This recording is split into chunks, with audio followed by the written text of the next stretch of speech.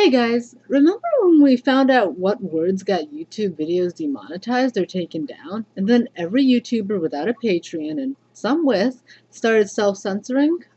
Sometimes it's funny, like when drama YouTubers spill censors a word while quoting a tweet and makes the tweet sound highly inappropriate. Or sometimes it sparks outrage, like when YouTube takes down videos informing viewers on or involving savory topics. For example, you can't speak about a certain World War II dictator or any negations of C, even if you are doing a totally accurate video on World War II history, or you have to mention them in passing because they were relevant to the topic at hand. And that's one of the minor consequences. One of the major consequences is that it protects the people who are described in this list. For example, before the Onision investigation, Chris Hansen was sanctioned by YouTube because he used a word which is defined as an animal that naturally preys on others, thus silencing him, temporarily of course, and in essence prevented him from exposing these animals that prey on others. Can you imagine if that's how it was for all social media platforms? Well, that's the internet landscape behind the Great Firewall of China.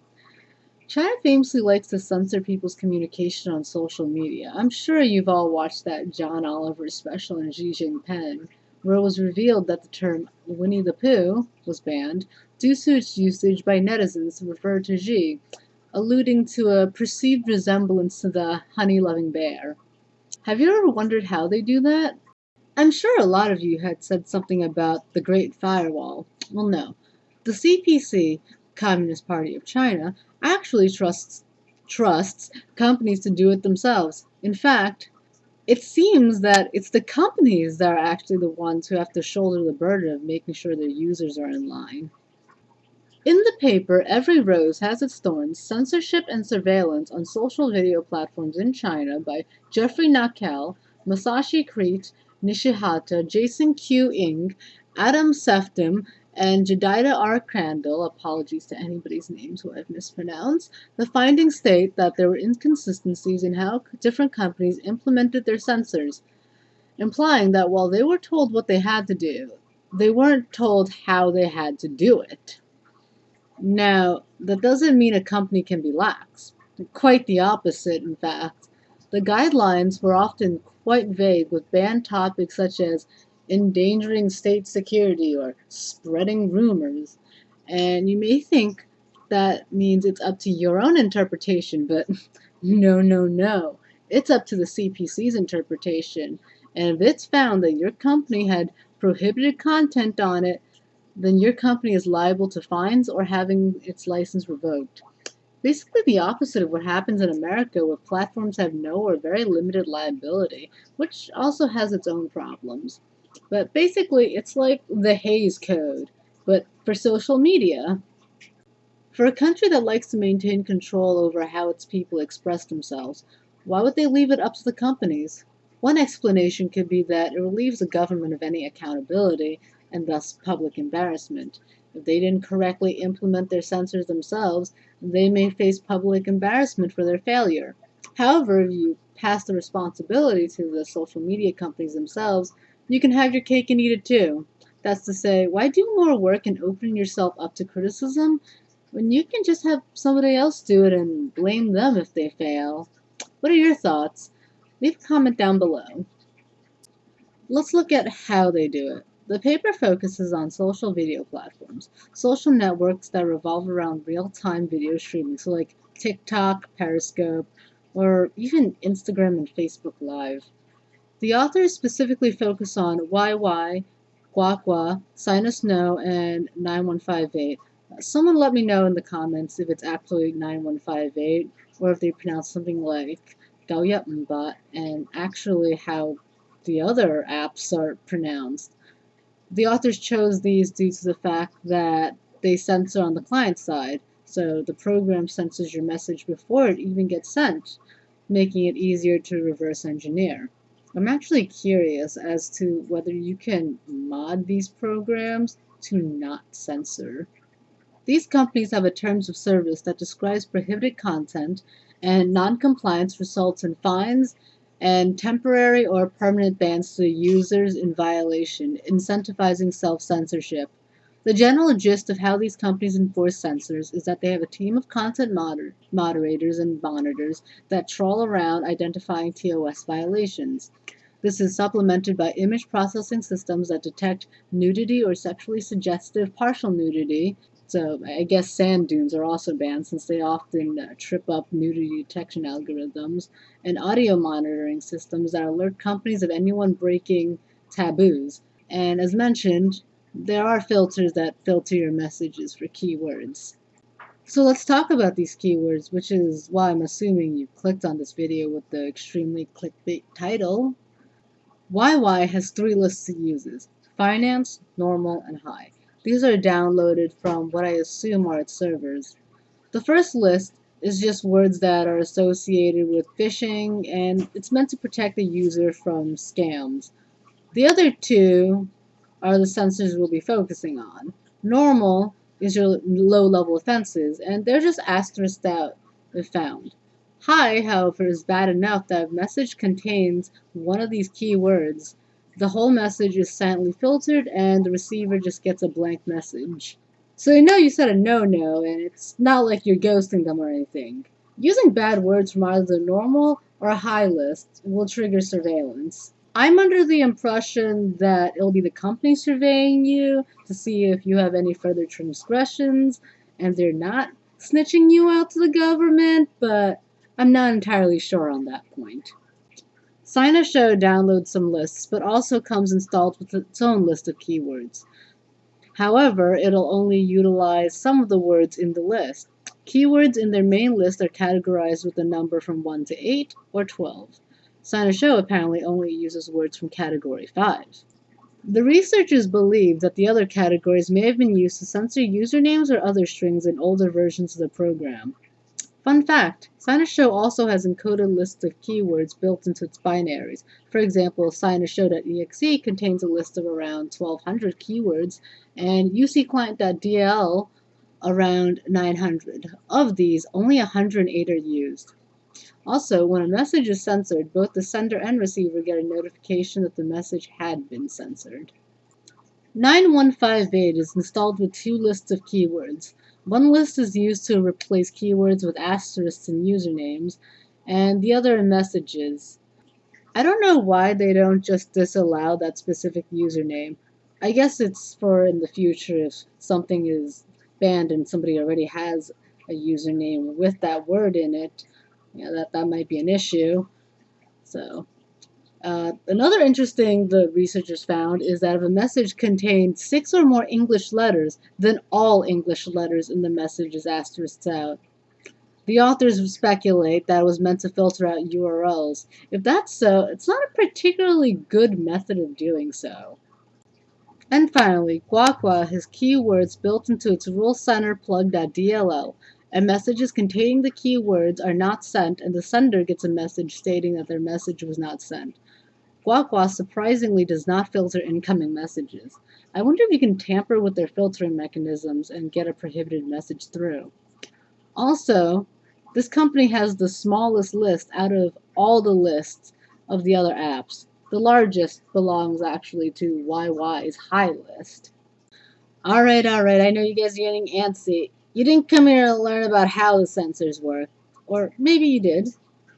You don't care about how many lists an app has. You came here to know the content of these lists. Well, here it is. The lists combined have a total of 13,244 unique keywords. We're not going to read all 13,244 of them, mainly because my Chinese pronunciation stinks. If you want to see a full list, I've put a link down below. Instead, we have 80 categories of words with some examples. These categories can be split into 6 bigger categories: social, political, people, events, technology, and miscellaneous. Let's start. Social includes words that revolve around gambling, lotteries, drugs, firearms, counterfeit goods, and other illicit goods and services. The researchers also single out prurient interests, which is pornography, prostitution, sexual interests, and the like. Guagua, surprisingly with respect to the social category, only filters out the sexual content. Political. You can't talk with a CPC, regardless of whether it's a general reference or if it's criticism. So you can't say Communist Party or Gongchangdong, nor Communist Gangsters, Gongfei. You can't talk about religious movements, most notably the Uyghur issues and Falun Gong.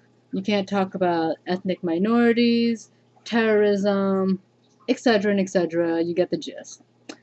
Guagua surprisingly does not include Uyghur issues on their list, while accounting for a high percentage of the other company's political keywords.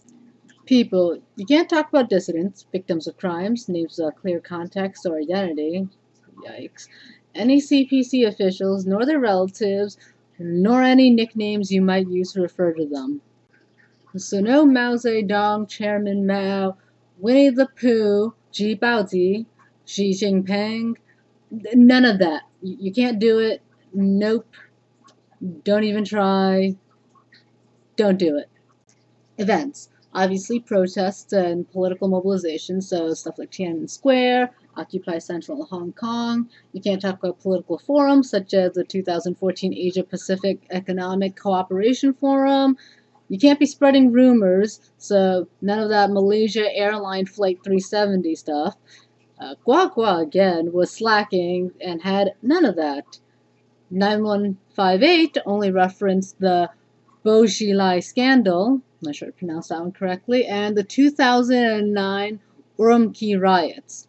Sina and YY referenced events that were very recent to when this research was conducted. So that shows that this was a fluent and dynamic category. I'm sure nowadays our current pandemic, Mr. COVID, is on this list. Technology. These are mainly revolving around phone numbers, QQ numbers, and emails. Researchers speculate that they're related to scams, illegal goods and services, or taboo groups. You also aren't allowed to use generic terms like website and software used in China. Although I do have one friend in China, and they tell me that VPN is also banned. The researchers have also found that three-fourths of the apps, you can guess which ones, include on their list references to the other social video platforms. Sneaky, sneaky. What can we take away from this? Well, for one, Guagua is very permissive, and I fear for them. CPC don't play, and these researchers just blew up their spot. Keywords are inconsistent across companies. What might fly on one app might not on the others. The only real consistency is no sexual content and some of the political stuff. No Falun Gong, no talking about collective action regardless of whether they support or oppose the government. So I guess they're not interested in unionizing. And referencing CPC members.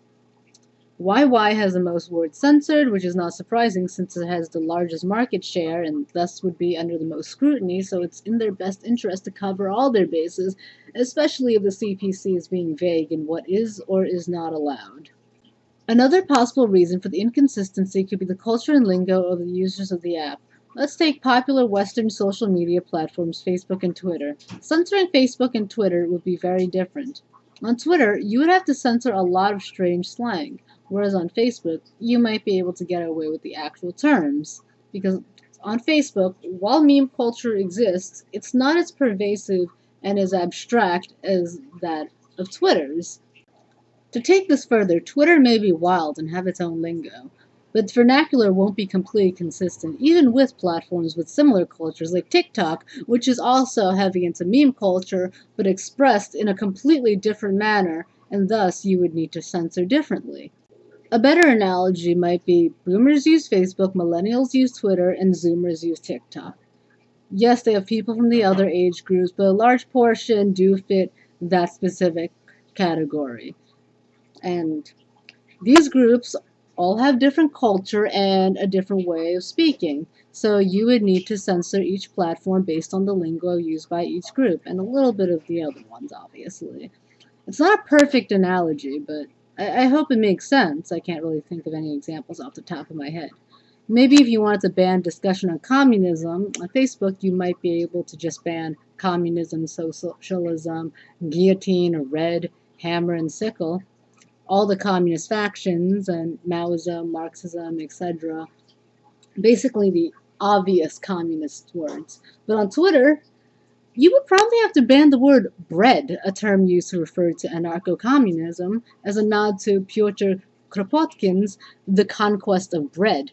The only real sure thing is that people will find a way around it, and whoever is doing the censoring will have to play a tough game of cat and mouse, especially since in China it seems a lot easier to use homophones and wordplay to express themselves.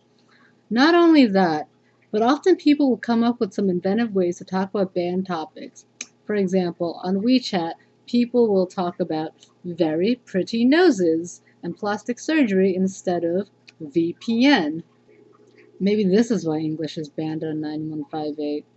Clearly, these lists would have to be very fluid and tailored specifically to the app using it to make sure you cover what has to be covered, but not over-censor so that talk of plastic surgery is banned even though your user base doesn't use very pretty noses as a euphemism.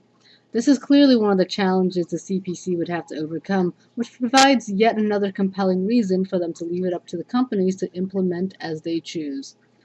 What do you guys think?